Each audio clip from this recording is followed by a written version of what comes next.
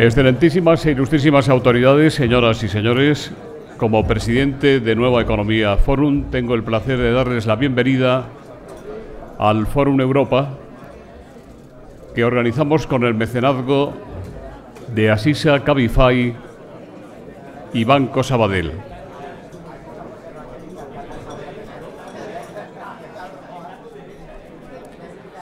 Antes de comenzar el acto de hoy, quisiéramos expresar nuestra preocupación y solidaridad con los periodistas de la agencia EFE y de la televisión francesa retenidos por los servicios de inteligencia de Maduro.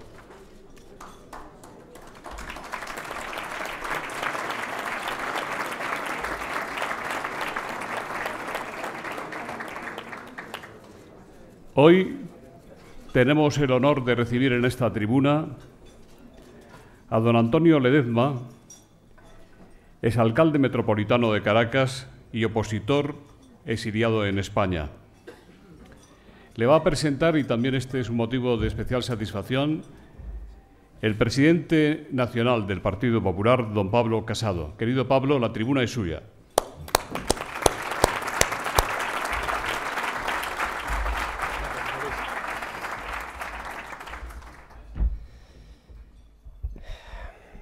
Buenos días, queridas autoridades, secretaria general iberoamericana, presidenta de la Asamblea, consejeros de la Comunidad de Madrid, exministros, portavoces del Partido Popular, de Ciudadanos. He querido ver también al miembro de la mesa de otro partido político en el Senado, que ahora no veo, miembros de la mesa del Congreso, queridos representantes de la comunidad empresarial, política, académica, social. Creo que es un acierto que hoy en España renovemos todos, al margen de nuestra ideología, de nuestras siglas políticas, de nuestra propia ocupación profesional, el compromiso con la libertad. Un compromiso que, como diría Cervantes, es el don más preciado que dieron los dioses al hombre, por el cual bien merece perder la vida. Y eso es lo que precisamente ha estado a punto de perder nuestro invitado, Antonio Ledezma. Lo digo delante de Michi, de su valiente esposa y de su familia y de sus compañeros. Yo conocí a Antonio y a Michi en la toma de posesión de Sebastián Piñera, en Valparaíso. Curiosamente, en esa mole de mármol construida por un dictador que ese mismo día sufrió un terremoto de 7 puntos en la escala de Richter y que parecía que se podía desmoronar en cualquier momento, como una metáfora de lo que acaban siendo estos regímenes totalitarios que construyen parlamentos que al final se pueden caer con cualquier coyuntura de la naturaleza, pero también, por supuesto, de las cuestiones sociales y políticas. Durante esos años, Antonio Ledezma iba, además, en calidad a esa toma de posesión como alcalde metropolitano de Caracas. Ganó al chavismo en el 2008 y en el 2013, y como no le ganaban por las urnas, decidieron en el 2015 arrestarlo, desposeerlo de lo que las urnas le habían dado, lo mismo que actualmente están haciendo con un parlamento democrático como la Asamblea Nacional. Antonio estuvo arrestado, hizo incluso una huelga de hambre y en cuanto tuvo oportunidad se tuvo que exiliar como millones de venezolanos para intentar no perder la vida, pero sobre todo para utilizarla en la causa de la libertad, convirtiéndose en un exiliado que defendía la causa de la democracia en Venezuela y además lo hacía con el reconocimiento de las más altas instancias internacionales. Por ello recibió el premio de las Cortes de Cádiz por la libertad y también recibió el premio Sájarov del Parlamento Europeo. Han pasado desde entonces 4 años. 4 años en los que Venezuela se ha seguido desangrando por la opresión, por la miseria, por la represión de un régimen dictatorial abominable e implacable. Un régimen que empezó con el chavismo, patrocinado por la Cuba, la dictadura más longeva junto con Corea del Norte desde hace 60 años, un régimen patrocinado por ese ALBA, ese socialismo del siglo XXI, tan letal como el del siglo XX, pero mucho más aburrido porque todos sabíamos a dónde conducía, al colapso, y sobre todo también patrocinado por esa progresía de izquierdas occidental y en particular europea, que era cómplice de lo que estaba pasando al otro lado del Atlántico y que a día de hoy todavía no está teniendo el coraje y la valentía de llamar a las cosas por su nombre. Como digo, en todos estos años de chavismo y en especial ya con el régimen de Maduro, Venezuela ha sufrido, según la Organización de Estados Iberoamericanos y su secretario general, Luis Almagro, que no creo que sea un sospechoso derechista, puesto que ha sido canciller de José Mújica en Uruguay, como digo, lo documentado por la OEA son 6.000 asesinatos, 12.000 detenciones arbitrarias, 300 torturas documentadas, algunas de personas acogidas en España como Loren Salé, 2 años torturados tanto en el helicoide como en ese terrible edificio para tortura psicológica que creo que llaman, corrígeme Antonio, La Tumba, nombre descriptivo. Se han documentado, actualmente existen 300 presos políticos, a los que algún expresidente español se niega a denominar como tal, incluso cuando un periodista se lo pregunta en 6 ocasiones reiteradas. Y sobre todo, hay millones de exiliados por una miseria insoportable en uno de los países con mayores recursos naturales del planeta y una de las naciones más ricas antes de que llegara el comunismo de Chávez, ya hace unos años. Desde el Partido Popular y desde la mayoría de los partidos democráticos en Europa y en España hemos venido reclamando durante años que se acabe la represión y que se detenga esta deriva liberticida del régimen de Maduro a través de la cooperación internacional y de las sanciones de las naciones libres. En este ámbito surgió el Grupo de Lima, un conjunto de naciones lideradas por el presidente Piñera, precisamente, donde nos conocimos en su nueva posesión, pero ya en el segundo mandato, por el presidente Macri, por Iván Duque, también por el gobierno de Perú, el gobierno de Canadá, el gobierno de Paraguay, el gobierno de Alemania, de Francia y con la clamorosa ausencia inexplicable del gobierno español. Estos mandatarios internacionales han solicitado a Pedro Sánchez que forme parte de este Grupo de Lima, que se constituye para llevar a la Corte Penal Internacional a Maduro por los crímenes de lesa humanidad que ha infligido a su población. Sin embargo, España no ha estado en este grupo y, lo que es más grave, tampoco ha estado liderando la respuesta a los acontecimientos de la pasada semana. Voy para allá para acabar en breve. La pasada semana, frente a las fraudulentas elecciones celebradas por Nicolás Maduro, la única autoridad, la única institución legítima en Venezuela, que es la Asamblea Nacional, presidida por Juan Guaidó, declaró a su presidente, al propio Guaidó, como presidente interino de Venezuela. Inmediatamente, las naciones más importantes, el mundo libre, reconoció a Juan Guaidó como presidente interino, de manera que prácticamente en las primeras horas todos los países iberoamericanos, salvo los que están alineados con Maduro, Estados Unidos, Canadá y los principales partidos en Europa, ya empezaron a decir que había que reconocerlo como punto de inflexión para derrocar definitivamente al régimen criminal de Maduro. Sin embargo, desde el Gobierno de España la respuesta fue tibia. En un segundo término se pidió unos días para poder dar la posibilidad de que Maduro convocara elecciones, es decir, legitimando a un dictador para convocar unas elecciones que acababa de convocar de forma fraudulenta, y ante la presión internacional, al final parece ser que el Gobierno de España no le va a quedar más remedio que sumarse a la iniciativa que ha tomado el Partido Popular Europeo para que el Parlamento reconozca a Juan Guaidó como presidente. Yo hablé con Guaidó hace unos días y me comprometí a impulsar desde el Partido Popular Europeo el reconocimiento de la Unión a su presidencia. Tengo que valorar desde aquí la labor que ha hecho el secretario general del Partido Popular Europeo, Tono López Istúriz, el vicepresidente del Grupo Europeo, Esteban González Pons, y los compañeros del Partido Popular de España aquí presentes, como José Ramón o José Luis Martínez Almeida, de la Dirección Nacional, en la labor que era urgente, pero sobre todo justa, que es un reconocimiento expreso a la institución que puede conducir a una transición pacífica en Venezuela. Esa votación se va a producir mañana y contará con el apoyo previsiblemente también del Grupo Socialista, del Grupo Liberal y del Grupo de los Conservadores. Y a partir de entonces, ¿qué? Pues bien, a partir de entonces creo que es fundamental que ayudemos a los demócratas venezolanos, a los líderes de la libertad, como es el caso de Antonio, para recuperar la democracia en Venezuela. Creo que hoy podemos decir, y lo digo yo en el nombre de todos ustedes, que yo hoy también soy venezolano. Hoy no podemos estar al margen de lo que está pasando en una querida República Iberoamericana hermana.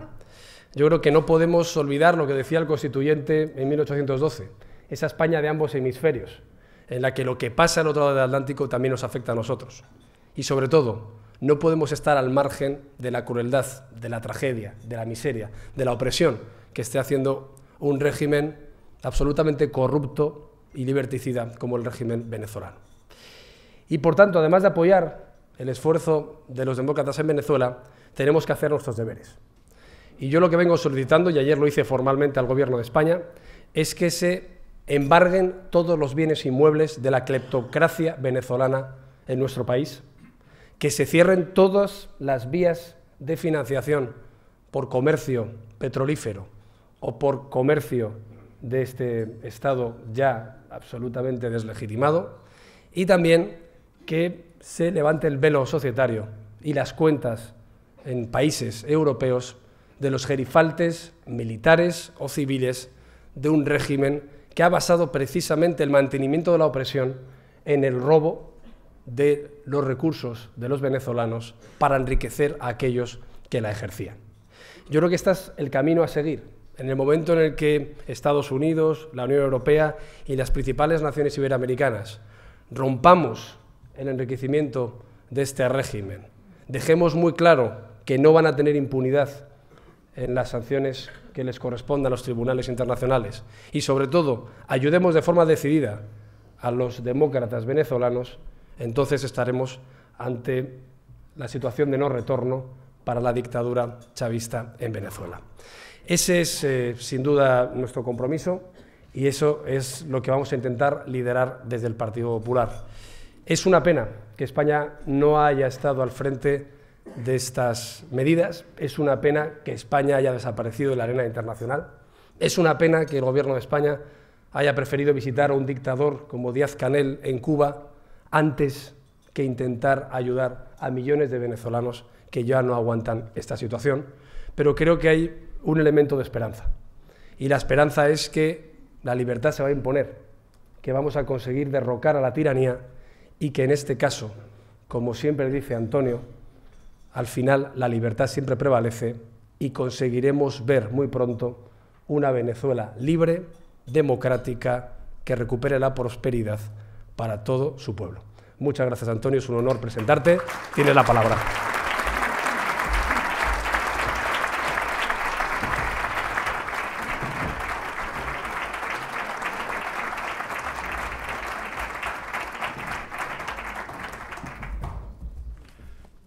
Muy buenos días, muchísimas gracias a Nuevo Fórum Economía por esta invitación. Comparto este escenario con mi inseparable esposa Mixi, con amigas y amigos que nos han dado tanto aliento y permítanme comentar que paradojas de la vida. En Venezuela fui víctima de la persecución de dos presidentes. Aquí soy honrado por la presentación de un presidente como Pablo Casado. Así que muchas gracias, Pablo, por tus generosas palabras. ¿Qué pasa en Venezuela? Mi país, que tiene en sus entrañas el 25% de las reservas petroleras del mundo, ha perdido la senda del crecimiento económico. Se ha extraviado de las rutas del progreso. Para que tengan una idea, la caída del producto ya raya en el 50%. O sea, que la tragedia que vivió España en los tiempos de la guerra civil queda muy de lejos si lo contrastamos con este colapso económico al que me estoy refiriendo. Y si queremos hacer otra comparación, busquemos en la historia lo que pasó en 1929, en los tiempos de la Gran Depresión de Estados Unidos. O sea, que nuestro caso es singular. Estamos hablando de un país que junto a otros 7 del mundo registran un proceso de recesión y depresión económico. Y si vamos a ver los dígitos, nuestro Producto Interno Bruto ha regresado a los tiempos de 1950. Todo esto se da en medio de una espantosa hiperinflación. No voy a dar números porque no quiero equivocarme, porque los números de ayer son distintos a los que se están confirmando al día de hoy.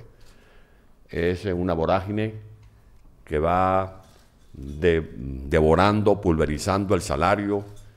Y para hablar en términos de economía doméstica, para facilitar la comprensión de ustedes, coloquialmente digo que nuestro salario al día de hoy equivale a menos de 5 euros por mes.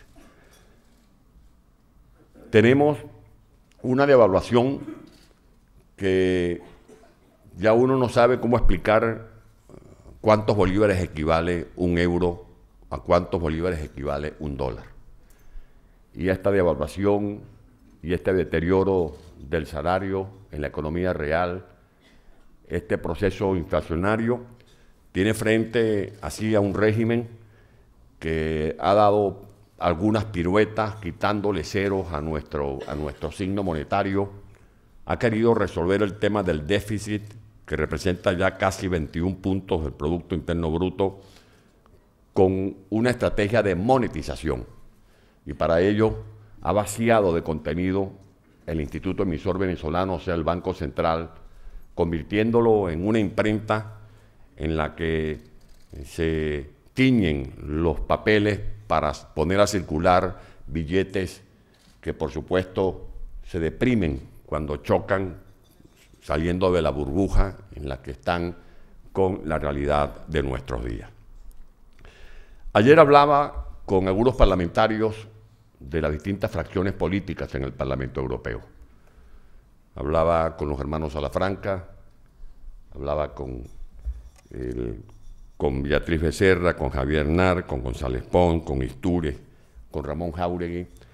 Y uno que otro parlamentario me decía que había la preocupación de que en Venezuela podía ocurrir una guerra, que era necesario volver a activar el dispositivo del diálogo para evitar una confrontación que liquidara a miles de venezolanos. Y yo les respondía que ya esa guerra está en plena marcha. Y es la guerra de Maduro contra el pueblo. Maduro está asesinando, desarrollando un genocidio silencioso. Más del 90% de la población está en condiciones de pobreza. Quizás yo provoco algunas miradas que tratan de escrutar mis palabras para decir, este señor está exagerando o está diciendo la verdad. Bueno, juro que estoy diciendo la verdad y solo la verdad. El 64% de la población de mi país ha perdido 11 kilos promedio de masa muscular, sometido a una dieta involuntaria. El salario no alcanza para comprar ni siquiera 200 gramos de caloría.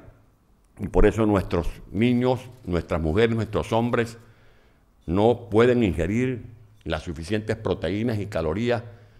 Y por eso tenemos más de 300.000 niños, una cifra recurrente, que acusan desnutrición severa o aguda, certificado por la Organización Mundial de la Salud. Y al lado de este problema de la hambruna está también la otra guerra que tiene Maduro. Venezuela hoy tiene una escasez de más del 90% de los fármacos necesarios para atender a los pacientes.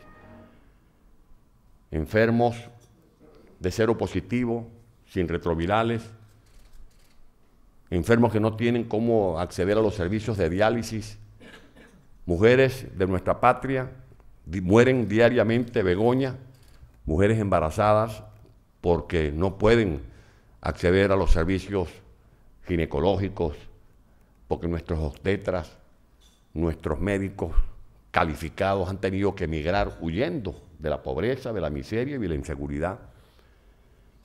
El 84% de los quirófanos están fuera de servicio, y cuando no es el problema de la gente que muere por desnutrición o de las mujeres que mueren, 6 diarias, el promedio de 6 mujeres que mueren diariamente de cáncer de mama porque no tienen servicios de quimioterapia, está el drama que se refería a Pablo Casado de la inseguridad. El año pasado nada más fueron dados de baja más de 23.000 ciudadanos venezolanos. ¿En qué guerra ocurre eso en el mundo? ¿Dónde se da ese saldo actualmente? Si no en Venezuela, donde hay una crisis múltiple, porque están averiadas nuestras instituciones. Y un Estado jamás funcionará bien si no hay un buen desempeño de las instituciones. Y resulta que en nuestro país estas instituciones no tienen vigor, no tienen musculatura, porque también han sido vaciadas de contenido y reducidas a parapetos que utiliza el tirano de turno para imponer su voluntad, porque allá no se permite la disidencia. A mí se me encarceló simplemente por emitir un documento que suscribí junto con Leopoldo López y María Corina Machado, anticipándonos, sin ser clarividentes ninguno de los tres, a esta catástrofe a la que me estoy refiriendo. En Venezuela no hay separación de poderes, en Venezuela no hay sistema de justicia que opere conforme al debido proceso, sino que esos tribunales actúan como patíbulos donde se ajusticia al que disiente del actual régimen, y por eso certifico los números que acaba de dar Pablo Casado cuando se refiere a los torturados, cuando se refiere a los detenidos o los ciudadanos que han perdido la vida defendiendo la causa por la que yo vengo a abogar empinado en esta tribuna frente a ustedes. Esta es la situación de Venezuela, un país que producía para el año 1999, cuando Chávez fue ascendido al poder, más de 3.500.000 barriles de petróleo diario, y hoy estamos por debajo del 1.000.000 de barriles. Pero esta causa no es porque hayan bajado los precios del petróleo, es bueno advertirlo. Este drama comenzó incluso cuando se cotizaba el crudo venezolano a más de $90 por barril en el mercado internacional. Esto es consecuencia de una mala política. Estos son los estragos que causa en cualquier sociedad del mundo el maleficio del populismo, de la demagogia. Porque no estamos hablando de un combate de ideologías versus ideologías. Estamos hablando de planes que no son otra cosa que amasijos de ocurrencias de caudillos que se presentan como sabios taciturnos a ofrecer tocar el cielo con las manos y terminan hundiendo en esta miseria a la que estoy refiriéndome a millones de seres humanos. Pues bien, nuestro pueblo ha venido luchando, hemos venido soportando este martirio ya por casi 20 años, y puedo decir que todo indica que Maduro y su camarilla viven su ocaso. Estamos viendo las horas postreras de esta narcotiranía. Puede ser que en pocas horas resolvamos lo que por muchos años hemos venido padeciendo, dentro y fuera del país. Y para ello necesitamos la comprensión y la solidaridad de la comunidad internacional. Esto que estamos viviendo es empujado por los hechos, en medio de contradicciones, porque las hemos tenido en Venezuela y no las podemos ocultar. Es más, es un signo que nos distingue de la postura monolítica de un régimen autoritario. En la oposición hay diversidad. En la oposición discutimos. En la oposición cada quien defiende su verdad sin el ánimo infame de querer destruir la verdad de quien debate con nosotros. Simplemente a veces concluimos que es necesario renunciar al derecho a tener razón para privilegiar lo noble, lo fundamental, que es apalancar el avance de un esfuerzo colectivo que merece ser honrado por cada uno de nosotros. Por eso estamos pidiendo el apoyo de la comunidad internacional. Yo soy hijo de un inmigrante. Mi padre llegó a Venezuela en 1949 procedente de Grotaminarda, en la provincia de Avelino. Y por eso esta semana me atreví a enviarle una comunicación pública al primer ministro de Italia pidiendo solidaridad para el pueblo de Venezuela. Para esas calles de Caracas que se abrieron para recibir a ciudadanos de origen italiano de todos los rincones de este país europeo. Y por eso ayer también le decía a los parlamentarios de España que nos representan en el Parlamento Europeo que era hora de emitir la resolución que reconozca a Juan Guaidó como presidente de la República. Algunos me esgrimían que estaban esperando el pronunciamiento de Maduro respecto a la petición o a la proposición que se ha hecho desde España. Y ayer, sin haber oído a José Ramón García ni a Fernando Maura, quizás conectados mágicamente, le respondía a algunos parlamentarios que cómo se le puede pedir a Nicolás Maduro que dicte o que convoque elecciones si Nicolás Maduro no tiene cualidad para convocar elecciones. Si el mismo canciller Borrell dijo reiteradamente que no reconocían a Maduro porque no tenía legitimidad de origen. La misma Cancillería española, a nombre del gobierno de España, dijo una y otra vez que lo que había ocurrido el pasado 20 de mayo fue un soberano fraude. Y si hay fraude, no puede haber presidente electo. Y si no hay presidente electo, hay una ausencia absoluta.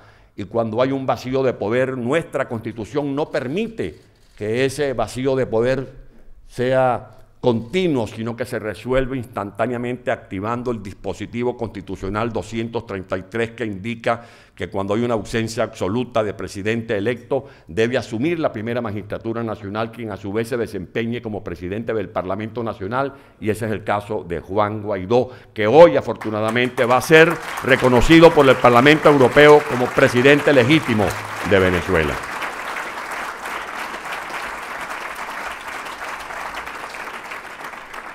Entonces yo le digo al gobierno de España, no deje para mañana lo que pueda hacer hoy. Hoy es el momento, porque Venezuela nos necesita. Yo no vengo aquí a pasar facturas. Yo no vengo aquí con un talonario debajo del brazo a recordar a los españoles las crónicas de los años 50, de los años 60. Nosotros no le regalamos nada a los españoles en Venezuela.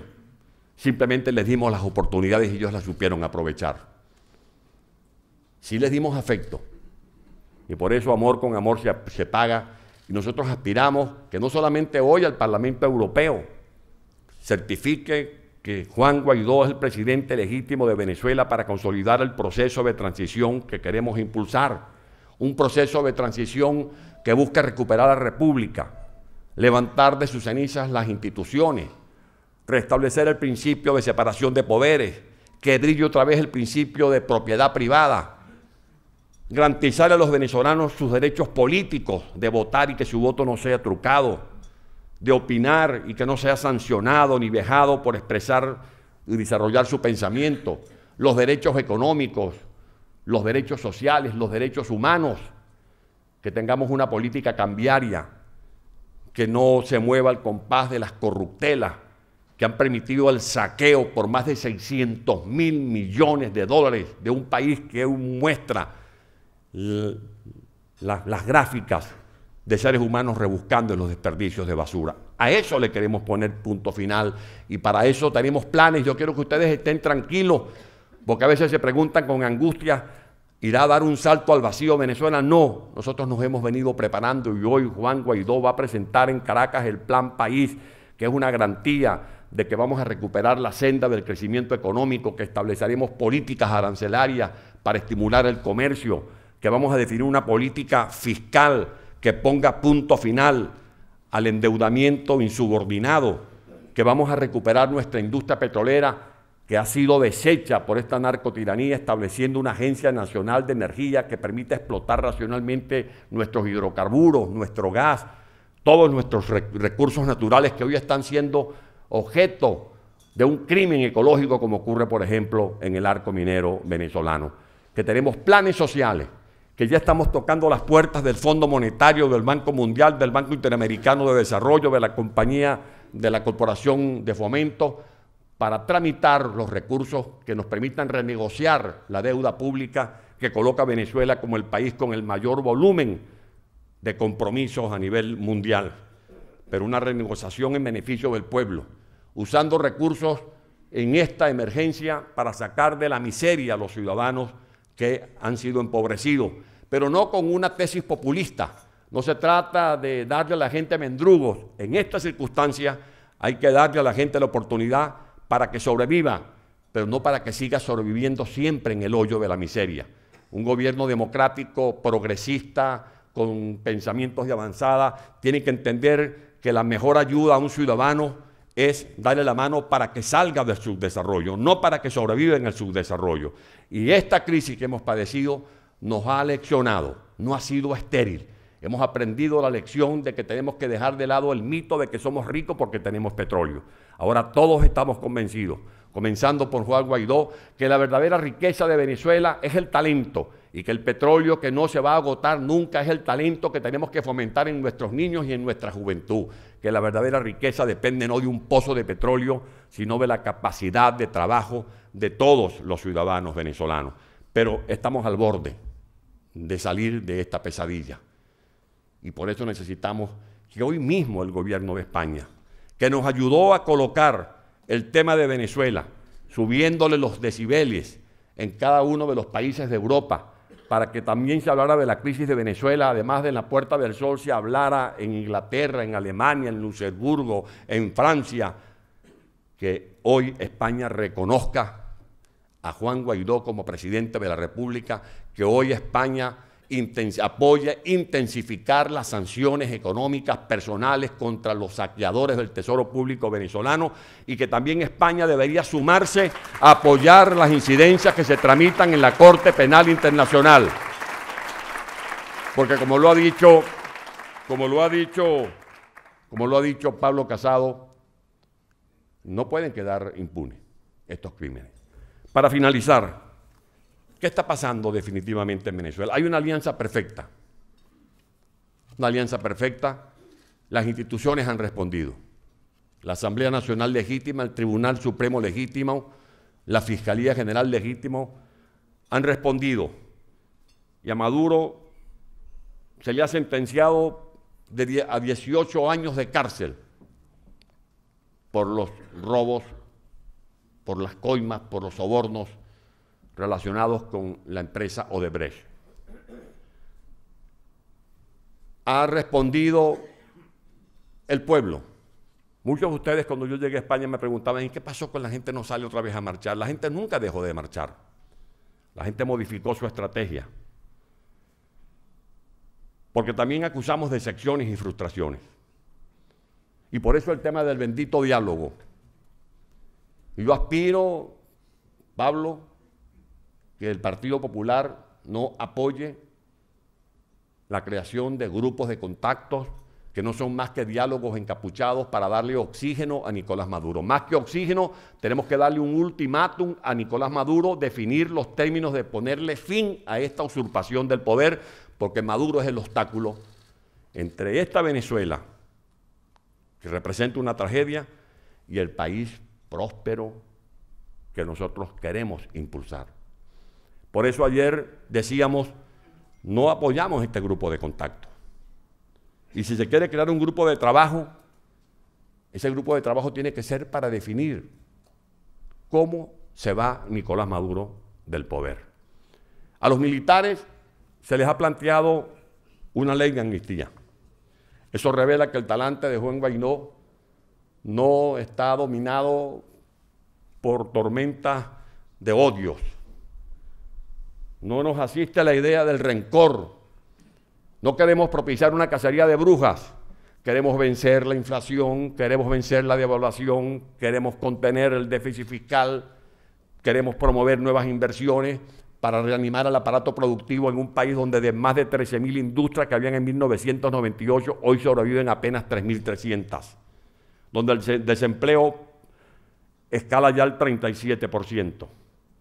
Eso es lo que queremos vencer. Y por eso le hemos dicho a los militares venezolanos, ustedes tienen uno de dos caminos: o terminar con un juicio en la Corte Penal Internacional por crímenes de lesa humanidad, o acogerse al artículo 333 y 350 de nuestra Carta Magna, que nos impone a civiles y militares, estemos o no investidos de autoridad, actuar para reponer valores, principios de nuestra Constitución que hayan sido alterados, quebrantados o menoscabados, como ocurre en la hora actual.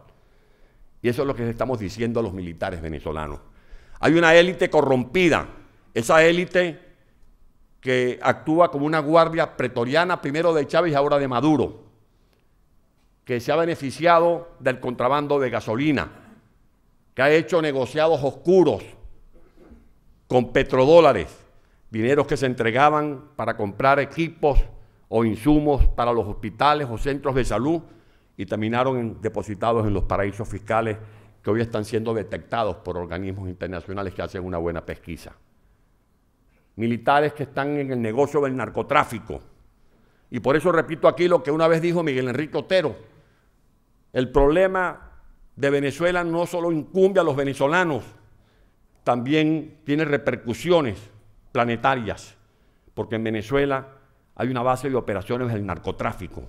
El 60% de la cocaína que llegó a ingresar a Europa salía del territorio venezolano, para nuestra vergüenza.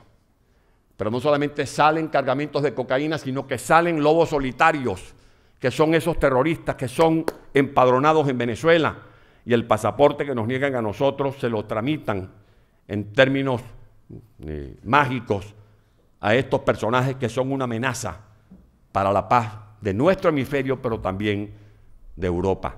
Por lo tanto, también es una responsabilidad de la comunidad internacional atender este problema que tenemos en el país. Y por eso hablo de esta tormenta perfecta que se está dando. Instituciones, el pueblo movilizado en las calles y no va a salir de las calles. Respaldo de la comunidad internacional. Con este pronunciamiento que se va a dar hoy, se va cerrando el círculo, porque lo único que le queda a Maduro para pretender sobrevivir hasta ahora era el pronunciamiento, o que no se diera el pronunciamiento de Europa. Y por eso desesperadamente busca esta tabla de salvación de un nuevo diálogo. Yo quiero decir, realmente ya para finalizar, que nosotros no somos enemigos de dialogar.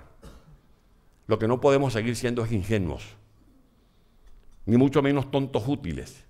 Hemos dialogado, por ejemplo, en el 2003, un diálogo patrocinado por la OEA, patrocinado por el señor Jimmy Carter, expresidente de los Estados Unidos. Recuerdo que el senador Dionisio García Carneiro fue testigo de lo que nosotros estábamos condenando en aquella oportunidad, porque fue uno de los primeros en acompañarnos. Y algún día tendré la posibilidad de inaugurar una plaza, un parque, una calle que tenga el nombre de Dionisio García Carneiro en reconocimiento a su solidaridad con el país.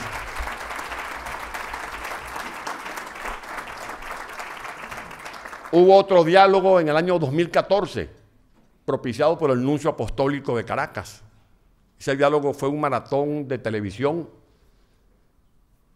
y lo único que se logró con ese diálogo fue desmovilizar la calle después del movimiento La Salida que habíamos iniciado en Caracas y en Venezuela, María Corina Machado, Leopoldo López y este servidor.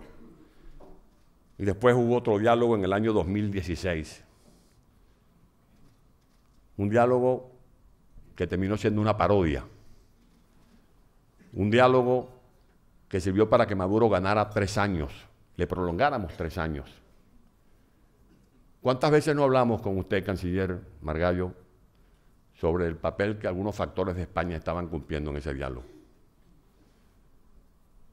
¿Cuántos niños no murieron en estos 3 años?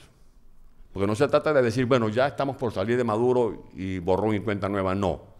A mí no, mi memoria no es un cuaderno que se va a deteriorar como un papel en un balde de agua. En estos 3 años han muerto miles de niños, miles de mujeres. En estos 3 años hemos tenido que huir de Venezuela millones de seres humanos, espantados por el hambre, por la escasez de medicina, corriendo, huyendo de las balas que disparan las bandas, que actúan a sus anchas en un país donde lo que reina es la impunidad.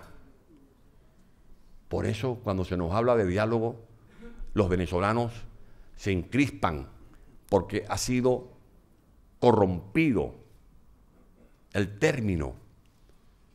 Es como cuando se corrompe la lucha contra la corrupción, usando la denuncia de la lucha contra la corrupción como un mecanismo bastardo, perverso. Eso ha ocurrido con el diálogo en Venezuela.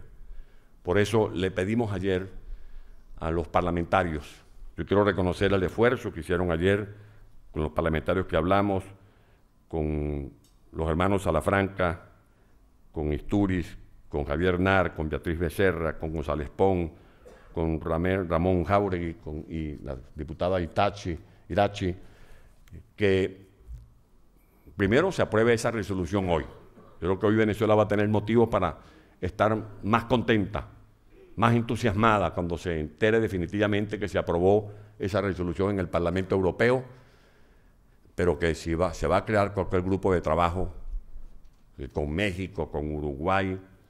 Ese grupo de trabajo tiene que ser para definir los términos de la salida del dictador.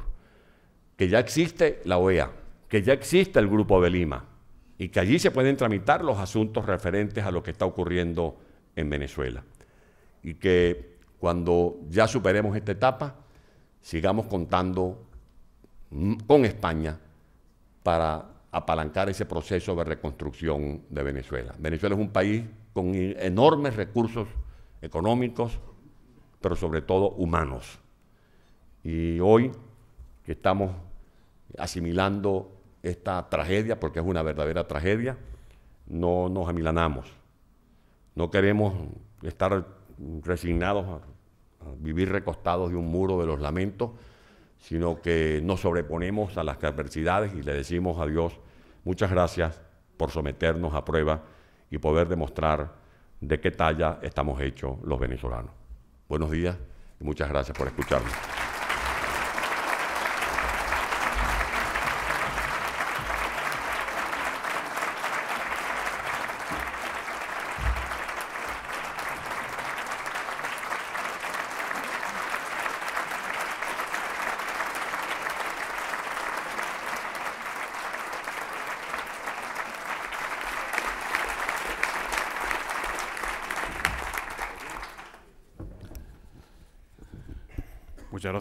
Muchas gracias, don Pablo, por la presentación. Muchas gracias, don Antonio, por su emocionante discurso. Nosotros comenzábamos el acto expresando solidaridad y preocupación por los periodistas españoles y de otras nacionalidades que están retenidos por el gobierno de Maduro. Yo quería invitarles a ambos a que hicieran alguna manifestación en torno a este tema. Sí, bueno, el aplauso que ha recibido tu recordatorio creo que a todos nos hace partícipes, pero lo quiero decir de forma inequívoca. Desde el Partido Popular, y así lo hemos transmitido también a nuestro Grupo Popular en Bruselas, exigimos de inmediato la liberación de los periodistas de la agencia EFE, 2 colombianos, creo recordar, y un español, y además hacemos una denuncia que no es puntual. Llevamos años diciendo que uno de los informes por los que cobró la Fundación CEPS, es decir, el núcleo inicial de Podemos, fue sobre el control de los medios de comunicación en Venezuela. Por tanto, esto no es casual. Ha habido una estrategia implacable para acallar a los medios de comunicación venezolanos, las delegaciones de los medios de comunicación iberoamericanos, y ya veo que se empiezan a atrever también con los medios españoles y europeos. Y esto viene de muy atrás y lo venimos denunciando incluso en comisiones parlamentarias para ver la financiación de un partido como Podemos. Y estando aquí portavoces en el Ayuntamiento de Madrid, lo que tengo que decir es que considero indigno que en la capital del Reino de España, que también lo es en cierta medida de Iberoamérica, se esté contemporizando con el régimen dictatorial de Venezuela a través de una alcaldesa de Podemos, como están haciendo los municipios donde gobiernan, con homenajes y cambiando los viejos pósters del Che por ahora pósters de Maduro y reivindicando, igual que hacían con Lenin, ahora a los nuevos dictadores que son la dinastía de los Castro y el chavismo venezolano. Por tanto, es una posición inequívoca, pero esta exigencia se hace al gobierno venezolano, se hace al gobierno español. He visto que hay un teletipo que han solicitado vía cable y a través de la Embajada la liberación. Creo que se tiene que hacer de forma más decidida, pero también a todos los partidos que hay en España, en especial a los de izquierdas y a los nacionalistas, para que dejen muy claro que no se puede tolerar ninguna de estas situaciones. Bueno, esa es la naturaleza del régimen. El régimen le incomoda la opinión ajena y por eso persiguen a los medios de comunicación. A mí me causó, sobre todo a Mixi, que le quiere mucho a Cayetana, nos preocupó cuando Cayetana nos llamó y nos dijo que iba para Caracas Mixi le dijo, pero bueno, tú estás loca, ten mucho cuidado. Afortunadamente no le ha pasado nada a Cayetana. Pero vemos cómo se persiguen a los periodistas, por ejemplo, de la agencia EFE. Cómo se persigue a periodistas de origen alemán. Pero esto no es nuevo, Pablo y José Luis. En Venezuela el régimen, el medio que no doblega, lo compra. Y lo compra con dinero sucio. Le arrebataron la licencia a Radio Caracas Televisión. Uno de los actos de gobierno próximos del presidente Juan Guaidó será devolverle la licencia y los equipos a Radio Caracas Televisión para que vuelva a operar como canal libre en Venezuela. Compraron a Globovisión, le quitaron la licencia a más de 35 emisoras de radio, entre ellas a la cadena Belfort. Persiguen, golpean, hostigan a los periodistas. De allí que la comunidad internacional tiene que estar alerta. Yo le hago este llamado a los periodistas que son dolientes de lo que le ocurre a sus colegas para que vigilemos estas próximas horas. Estas próximas horas son cruciales. Es como el parto, el embarazo y luego llega la hora del parto. ¿Qué va a ser doloroso? Bueno, los partos son dolorosos, pero traen vida. Venezuela está pariendo en este momento la nueva democracia que está encabezando Juan Guaidó, que es reflejo de esa nueva Venezuela que emerge y en la que todos vamos a seguir participando, y por supuesto va a ser vital la presencia de los medios de comunicación libre otra vez en Venezuela. Muchas gracias. Carmen Obregón, del Economista, dice: ¿cuál es la fórmula para ganar a Nicolás Maduro en las urnas? ¿Qué clase de unidad tiene que haber en la oposición y qué papel tiene que tener o cree que va a tener el ejército? ¿Qué medida tomaría de forma inmediata si mañana ganara las elecciones su partido en Venezuela? Teo Ibernón, de Antena 3, dice: ¿cuál es su pronóstico? ¿La salida de Maduro será rápida o intentará resistir mucho tiempo? Y Luis Álvarez le pregunta: una vez que el Parlamento Europeo reconozca a Juan Guaidó como presidente interino de Venezuela, ¿cuál será la agenda? ¿Cuáles serán los pasos siguientes?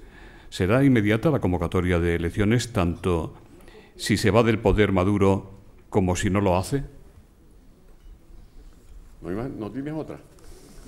No, tengo varias, pero vamos a ver. Gracias, José Luis.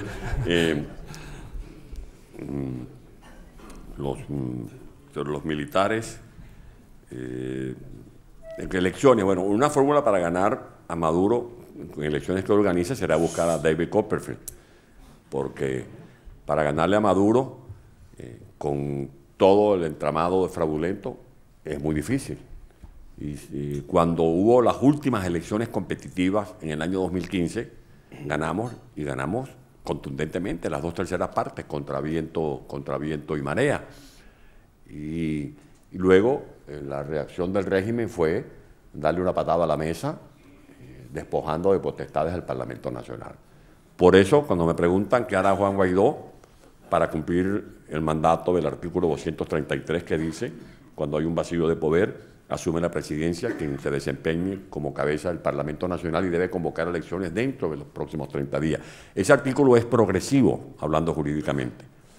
Y tomando en cuenta la realidad de Venezuela, mal puede Juan Guaidó convocar elecciones en 30 días, encomendándole ese cometido al actual órgano electoral, cuando las rectoras que administran el poder electoral en Venezuela son precisamente las responsables del fraude que denunció la comunidad internacional.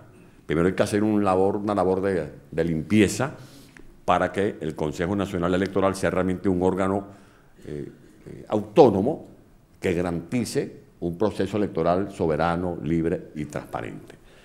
Las primeras medidas que va a tomar Guaidó es el proceso de reencuentro nacional, el regreso progresivo de la diáspora, rehacer el tejido social de Venezuela, reponer el Estado de Derecho, iniciar el proceso de renegociación de la deuda, adoptar políticas desde el punto de vista arancelario, desde el punto de vista tributario, desde el punto de vista de políticas fiscales y, por supuesto, una audaz política social.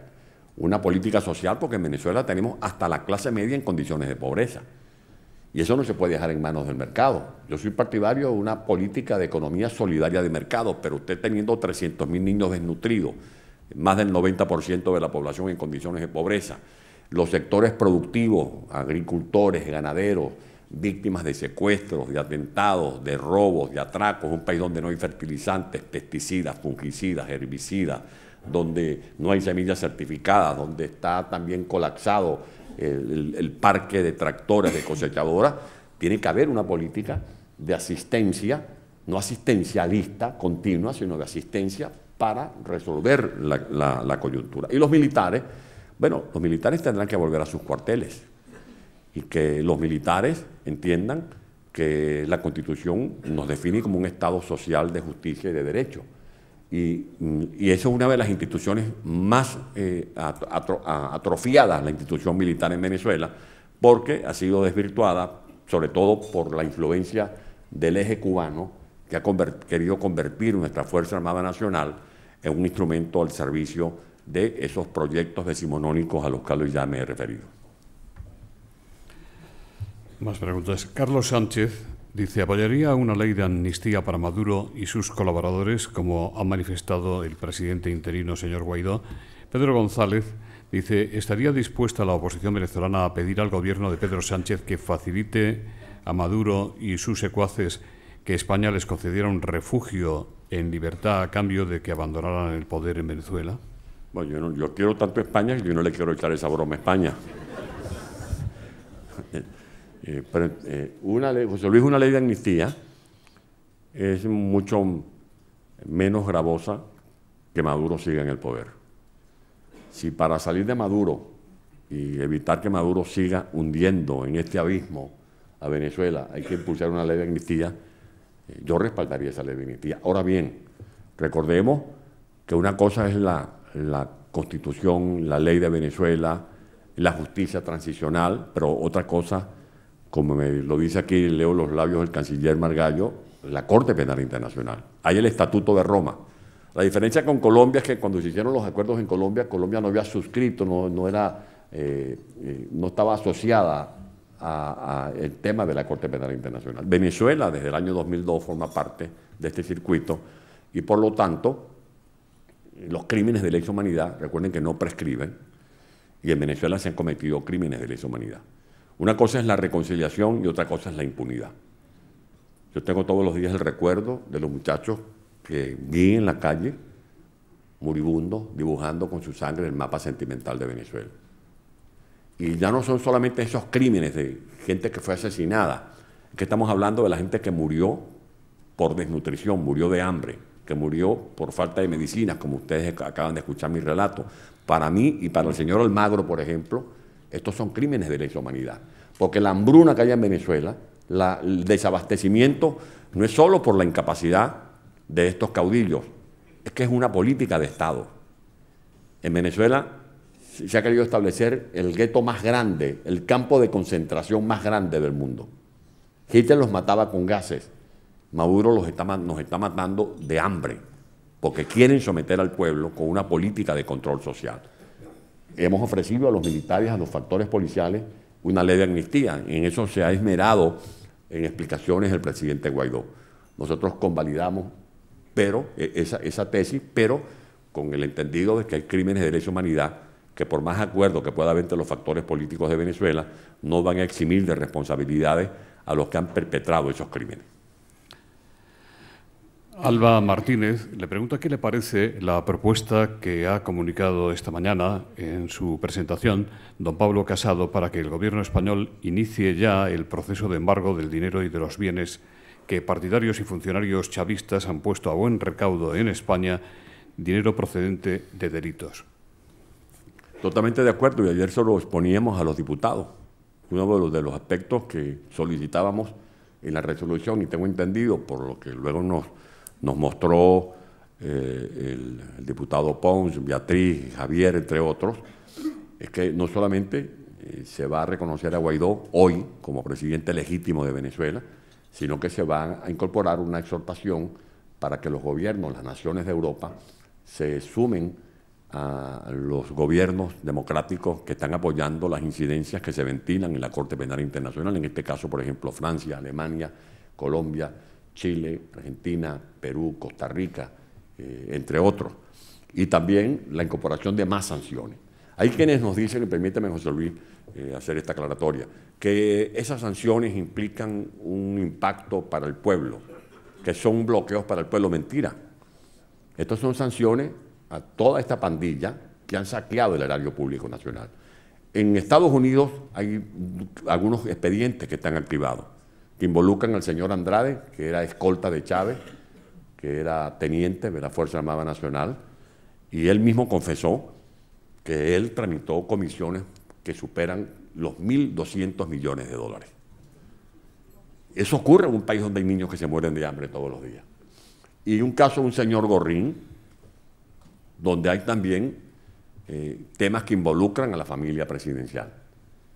Pero casos como esos son prolijos de cómo se ha saqueado el erario público venezolano.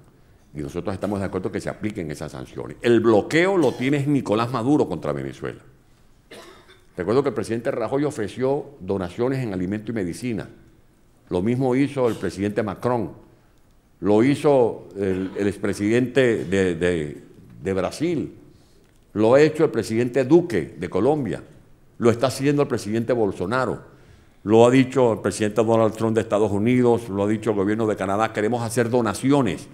Yo fui a Puerto Rico y establecimos un acuerdo con el gobernador Ricardo Rosselló y está listo Puerto Rico como base de operaciones desde el puerto de La Ceiba, la base aérea que hay en Puerto Rico, que está a 500 millas de nuestro país, para llevar por un plan que denominamos TAN, tierra, aire y mar, alimentos y medicina, en barcos, en aviones y en camiones. Y el que ha impedido, el que ha bloqueado al pueblo es Nicolás Maduro, porque quieren someter a la gente por el estómago. Es una tortura estomacal lo que están provocando. Por lo tanto, eso forma parte del plan. El plan de financiamiento no es solamente con los recursos del Fondo Monetario Internacional. Nosotros vamos a pedir donaciones a los gobiernos, porque no vamos a presentarnos como los ricachones de América Latina. No, eso se acabó. Estamos muy mal económicamente. Pero además hay dos recursos, dos fuentes que vamos a activar: la repatriación de capitales y la recuperación de capitales. La repatriación de los que tienen su dinero afuera porque tienen temor por la inestabilidad política. Le vamos a decir, hay planes de seguridad para que ustedes puedan regresar esos dineros a Venezuela y formen parte de esa masa monetaria que va a activar la economía. Y lo otro es el rescate de los capitales. Nos reunimos en Washington la semana pasada con representantes de la administración. Ya está la idea de crear un fondo. Se va a comenzar con 3.000 millones de dólares que han sido recuperados, una cosita nada más que se recuperó ahorita de unos operadores del régimen, y esos recursos, además de los fondos petroleros, van a estar en ese fideicomiso bajo la firma autorizada del único presidente que hay en Venezuela, que es el presidente Juan Guaidó. Yo creo que eso es una buena noticia de cómo, si es posible, recuperar esos capitales para ponerlos al servicio de los planes de reconstrucción de la República. Gerardo Ramírez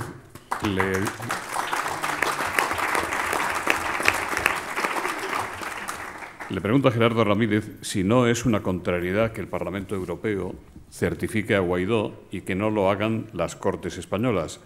¿Pediría usted al Partido Popular que promueva el pronunciamiento del Senado, donde el Partido Popular tiene mayoría absoluta, y que lo promueva también en el Congreso para poner en evidencia al PSOE y a Podemos frente a sus contradicciones? Bueno, yo ese tipo de maldades se las dejo al senador Cócido y a Fernando y a José Ramón. Se debate el martes. Lo que sí percibí ayer es una comunión entre todas las fuerzas políticas. Y en esto no puedo yo regatearle méritos a ninguna de las tendencias. Perdone usted un momento. Jáuregui, europarlamentario socialista, le dijo que iba a votar a favor. Sí, van a votar a favor hoy. Todos los españoles. Y como lo dice la pregunta, si van a votar hoy a favor del reconocimiento de Juan Guaidó como presidente, se supone que es cuestión de hora que el gobierno de España reconozca también definitivamente a Juan Guaidó como presidente legítimo de Venezuela. Alicia Robles quiere saber su opinión sobre que el Papa mantenga su equidistancia y se inhiba de manifestar su apoyo a Guaidó con el pretexto de que no quiere contribuir a la confrontación popular con pérdida de sangre. Bueno, bendito sea el Señor. El Papa conoce mejor que cualquiera de nosotros la tragedia de Venezuela. Recordemos que en el año 2016, para no irme a 2014, 2 emisarios de su santidad interactuaron con los moderadores que lamentablemente fueron aceptados por la oposición y por el régimen, como fueron el señor Samper, expresidente de Colombia, y el señor Zapatero, expresidente de España. Pero el Papa sabe tanto cómo el régimen se ha burlado hasta de su eminencia, que el cardenal Parolin, secretario de Estado, quien a su vez en fecha anterior fue nuncio apostólico en Caracas, tuvo que emitir una carta a finales del año 2016, creo que fue el 17 de noviembre del año 2016, en la cual le reclamaba públicamente al régimen que no había honrado los compromisos suscritos en una mesa de diálogo. Y se refería, si no me traiciona la memoria, a 4 puntos. Primero, la promesa del régimen de no impedir que el Parlamento ejerciera sus potestades. No lo cumplió. Lo que hizo fue instalar de manera paralela una írrita Asamblea Nacional Constituyente. 2, liberar a los presos políticos. Cuando comenzó el diálogo, y eso está en una carta que nosotros le enviamos en su oportunidad al expresidente Zapatero, habían 72 presos políticos, mayo del 2016. En pleno desarrollo del diálogo, llegamos a tener más de 600 presos políticos de Venezuela. Tampoco cumplieron. 3, prometieron autorizar el canal humanitario. Lo que se hizo fue agudizar la crisis de hambruna en Venezuela.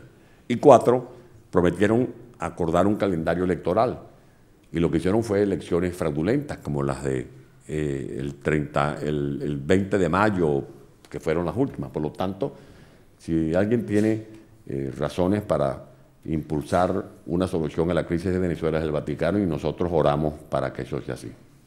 Amén. Así sea. Germán Terch, de ABC, dice: hoy desvela ABC la existencia del sistema de divisas Interbanex, un mercado financiero paralelo, y le pregunta qué sabe de esta compañía y si conoce alguna relación de Zapatero con la misma. Miren, Zapatero tardaba, ¿eh? Zapatero a su zapato, yo sí he oído esa denuncia y aspiramos que esa denuncia se profundice, que esa denuncia se pueda esclarecer. Eso es parte del saqueo en Venezuela. Para que ustedes tengan una idea, se le daba a un particular o a una empresa 5 millones de dólares protegidos, preferenciales, y luego en cuestión lo sacaban de aquí, 5 millones de dólares, y esos mismos 5 millones de dólares los convertían en cuestión de hora en 60 o en 50 millones de dólares. Por eso estas operaciones que han sido denunciadas en Estados Unidos, de comisiones de más de 1.000 millones de dólares, la información que tengo es que eso va a superar los 7.200 millones de dólares, que se usó a PDVSA como una centrífuga, no solo para estas operaciones que supuestamente tienen legalidad porque se fincan en decretos o en dispositivos que han sido publicados en la Gaceta Oficial, pero también la sospecha de que se haya usado a PDVSA para legitimar capitales y que se haya usado a PDVSA, la estatal petrolera, para financiar operaciones de orden político internacional. Pero esto es parte de lo que debe ser investigado y sancionado, y nosotros aspiramos que eso se haga en Venezuela. Una de las cosas que hemos planteado en nuestra Asamblea Nacional es que, así como en Estados Unidos se han hecho las interpelaciones y los procesos de investigación, también se lleven a cabo en Venezuela.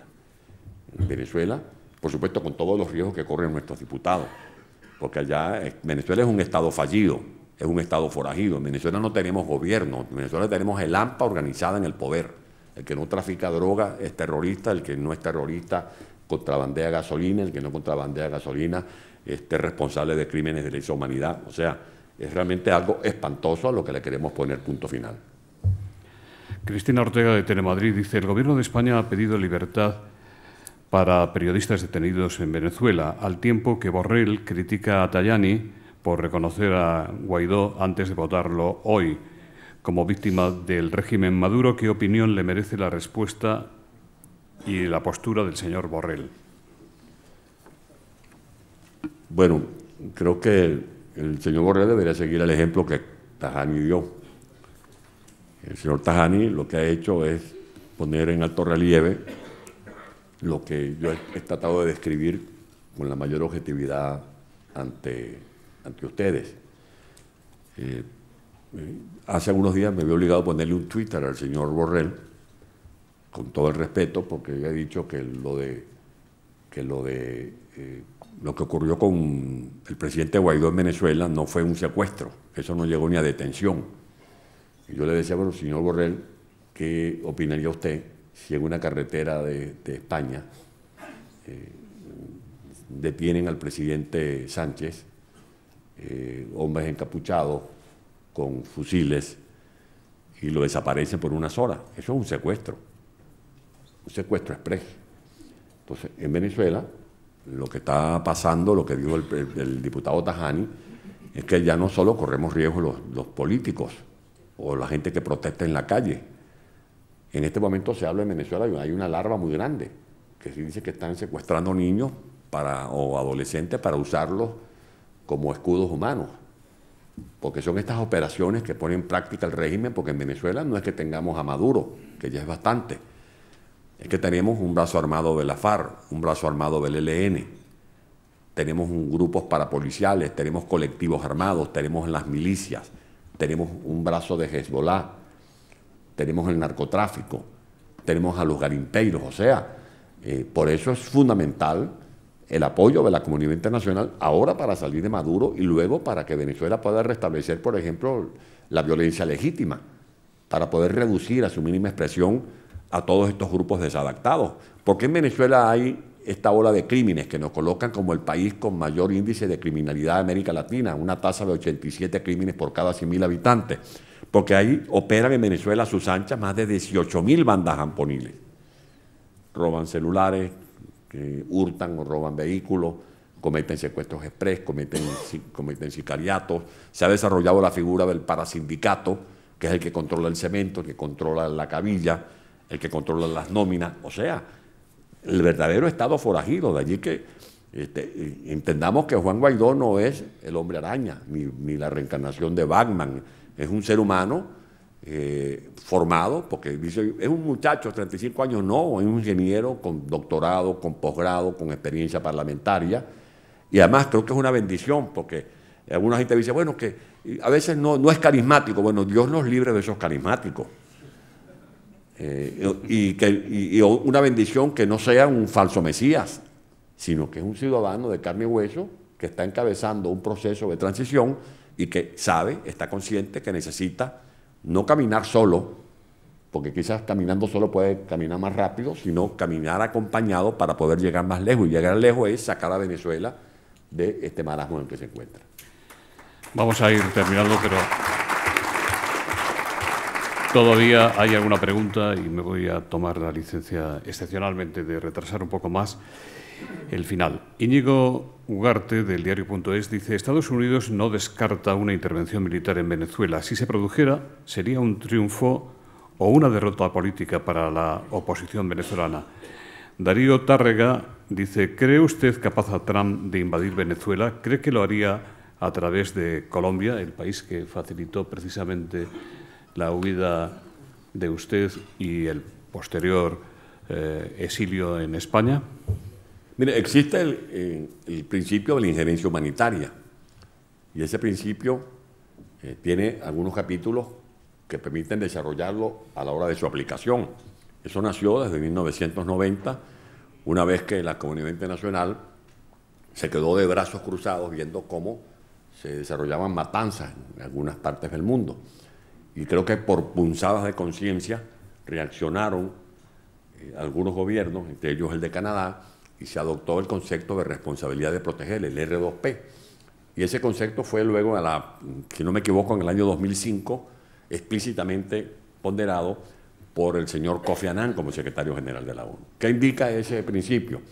Que el manido concepto de la autodeterminación de los pueblos, que por ejemplo es el que nutre la doctrina Estrada, que me esgrimió el señor canciller de México cuando conversé con él estando en México hace algunas semanas, no puede estar por encima de los derechos humanos. En la Carta Democrática Interamericana se superpone el principio de los derechos humanos. De allí que cuando un pueblo es víctima de una represión masiva y sistemática, como ocurre en Venezuela, el principio de autodeterminación de los pueblos debe ceder su preeminencia al concepto de responsabilidad de proteger. Pero si esto no es suficiente, me refiero a los crímenes, a las torturas blancas, torturas físicas, como está demostrado en Venezuela, cuando un régimen, por acción o por omisión, se evidencia que no está en capacidad de garantizar ni la alimentación, ni la salud, ni la seguridad de los ciudadanos, debe activarse también el concepto de responsabilidad de proteger. Ahora bien, cuando se habla de la invasión militar, ya Venezuela está invadida. Venezuela es el único país del mundo que paga para que lo invadan. Me explico. Venezuela le ha venido dando un promedio de 80.000 barriles de petróleo a Cuba para que nos invadan, porque en Venezuela hay efectivos cubanos. Están metidos en los cuarteles, nos los han relatado los militares. Durante mi fuga pude conversar con uno de ellos, que me relataba cómo se abstienen de hablar hasta cuando están en el gimnasio o en el círculo militar, porque no saben si su interlocutor es un agente cubano. O sea que ya Venezuela está invadida militarmente. Nosotros lo que queremos es liberar a Venezuela, y eso lo estamos haciendo. Y vale la pena, tu pregunta, José Luis, o la del señor Dugarte, que cuando se habla de no es que haya una confrontación, en Venezuela no hay ninguna confrontación de dos bandos, como si quiere decir una guerra civil. En Venezuela casi el 90% de la población está pidiendo que Maduro se vaya. Y ustedes que han visto las marchas y las protestas de los venezolanos nos ven con banderas, con pitos, no nos ven ni con fusiles, ni con granadas, nos ven voceando consignas pidiendo libertad. Por lo tanto, allá no hay ninguna posibilidad de guerra civil. Las últimas preguntas. Dolores González dice: Rusia se está cobrando en oro los favores y servicios prestados a Venezuela. ¿Qué opina de que los únicos apoyos significativos a Maduro provengan de China y Rusia, con creciente influencia económica y de otro tipo en Venezuela? Y le pregunta también Olga Mozoin, de La Segunda, si ha movido usted hilos desde el exterior para los pasos dados por Juan Guaidó. Usted ha hecho unas declaraciones respecto de esto recientemente. Bueno, Rusia tiene un interés político y comercial en Venezuela. Más acentuado el rol político que el de China, por ejemplo. Que, con mi entender, los propósitos de China atienden más a lo comercial, ver a Venezuela como un nicho para colocar sus productos. Y le hemos dicho, incluso autorizados por el presidente Juan Guaidó, en las conversaciones que hemos hecho con representantes diplomáticos de muchas partes del mundo que pueden llegarle al estamento chino, que el ánimo del presidente Guaidó y de un gobierno de transición en Venezuela no es romper relaciones ni con China ni con Rusia, sino restablecerlas. Pero estas relaciones diplomáticas no pueden ser de relaciones de compadres o de amiguismo, o que se inspiren en un club como el Foro de Sao Paulo, o en el eje del mal que integran Bolivia, Nicaragua, Cuba, Chávez y Maduro, sino relaciones diplomáticas que se asienten en lo que tiene que ser un circuito jurídico, el funcionamiento de las instituciones. China tiene una creencia en Venezuela que supera los 65.000 millones de dólares. Si China quiere recuperar ese dinero, no es con Maduro, porque Maduro lo que está ahorita es tratando de raspar la olla. Y Maduro lo que, en la medida en que 1 hora, 2 horas, 2 días dure Maduro en el poder, usurpado, lo que va es agudizar la crisis. El que puede recuperar la economía venezolana es un gobierno de transición, porque se van a abrir las compuertas de los organismos financieros internacionales. Ahora, sí hemos dicho que eso hay que ponerlo en transparencia. Yo hablaba ayer con el doctor Ricardo Hausmann, que es uno de los asesores de nuestros equipos de transición en Venezuela, que hay muchos compromisos que son de dudoso origen, eso hay que ponerlo en blanco y negro. Igual con Rusia, Rusia sí tiene un interés más político, como de una amenaza en Occidente, de decir, tengo un enclave en Venezuela, además de los fusiles, de los tanques, de los aviones artillados que le ha vendido al régimen de Venezuela. Esa es la consideración con respecto al tema de Rusia y de China. Ahora, sobre el tema de lo que hemos hecho, sí, hemos contribuido. Nosotros hemos tenido participando. Yo no voy a ser indiscreto revelando las diligencias que hemos hecho. Un poquito sí, por favor, que nos interesa. Pero sí hemos estado articulando. Nuestra tesis desde un principio era que Juan Guaidó asumiera plenamente el artículo 233 y eso nos llevó a impulsar una agenda política. Debo decir que 4 personas desde hace más de 4 meses veníamos trabajando en esto. Aquí está el padre de Leopoldo López, a quien saludo, don Leopoldo.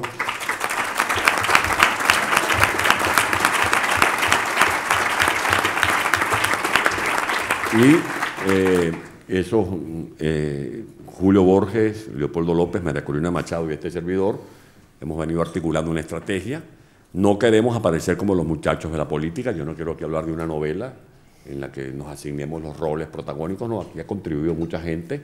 Hemos hecho contacto. Recuerde que tuvimos una reunión en marzo del año pasado con el señor Macron, luego con el presidente Rajoy, luego con el Grupo de las Américas el 14 de abril en Lima. Después fuimos a Colombia, fuimos a Brasil. Hemos estado recorriendo. Cuando la gente me pregunta ¿dónde vives tú? Bueno, un ratico en España y el resto y los otros meses en el resto del mundo. Estoy llegando de Bruselas y así estamos todos moviéndonos y acompañando a Juan Guaidó, que le ha tocado por designio del destino encabezar este proceso, y lo estamos haciendo con el mayor gusto. Yo voy a sentirme feliz de contribuir a la libertad de Venezuela. Esa es mi única añoranza. Y por eso estamos trabajando y haciendo todo el esfuerzo que ustedes saben que estamos haciendo. En nombre de los mecenas que hacen posible el Fórum Europa, de Cabify, representada hoy en esta mesa por don Isaac Martín, de Banco Sabadell, representada por don Carlos Moyano, y de Asisa, doña Amelia Aguilar, de esta organización, va a despedir el acto. Bueno, a mí solo me queda agradecerles a todos ustedes que nos hayan acompañado, muy especialmente a Pablo Casado, que haya compartido hoy con nosotros, y al alcalde Ledesma, muchísimas gracias, y de todo corazón deseamos que la paz, la convivencia y la libertad lleguen pronto de nuevo al pueblo de Venezuela. Muchísimas gracias a todos.